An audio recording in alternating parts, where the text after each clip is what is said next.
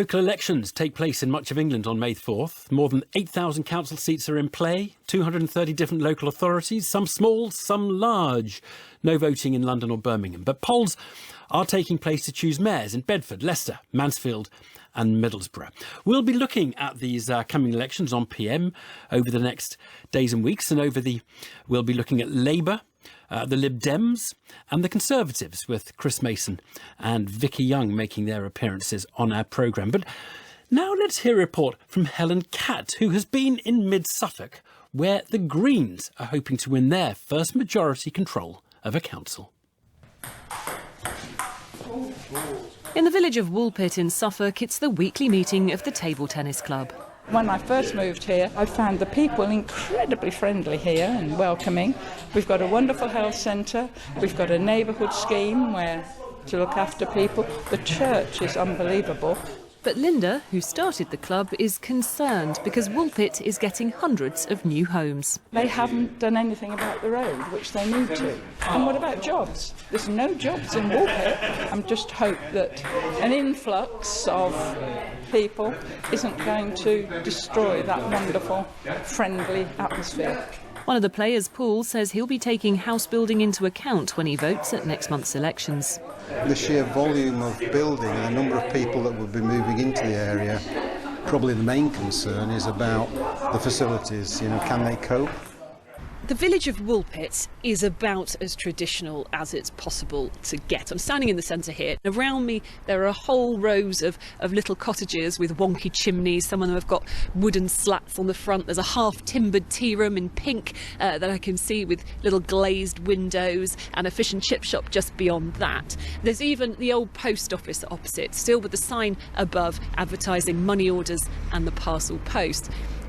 At first glance, it doesn't really seem like obvious green territory. But they did well in 2019, partly by being very visible in these small communities, and think this year they could make history by winning their first ever majority on a council. As part of that, they are tapping into concerns about large-scale development. In more than a third of the seats being fought, the Greens and the Conservatives are the only parties standing candidates, which may also explain part of their confidence in gaining ground here. So I'll have that one, the top one, is that all right? Is there a Reuben? Yeah, of course you can. Yeah. In the nearest town of Stowmarket, it's lunchtime, and apart from a few street stalls, it's pretty quiet, which is a concern for residents like Helena out walking her terrier, Herbert. I think it's the worst it's ever been. I've been here now in January it'll be 30 years, so I've seen quite a bit of change, and it just seemed to be a real shame that there doesn't seem to be enough local business in the high street to sort of support the existing businesses that are here.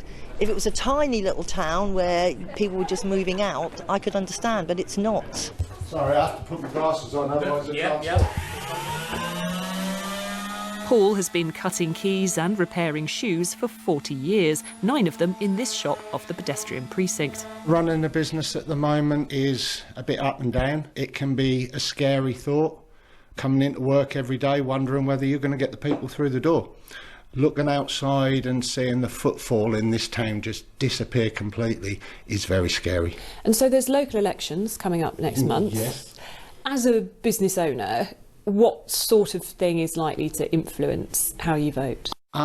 Someone who wants to look after the town. I think the country's in a mess, but I would like someone who would come into this town and start to look at what they can do. I want someone to come in and open the car parks, let them be free of charge, get people to come into the town.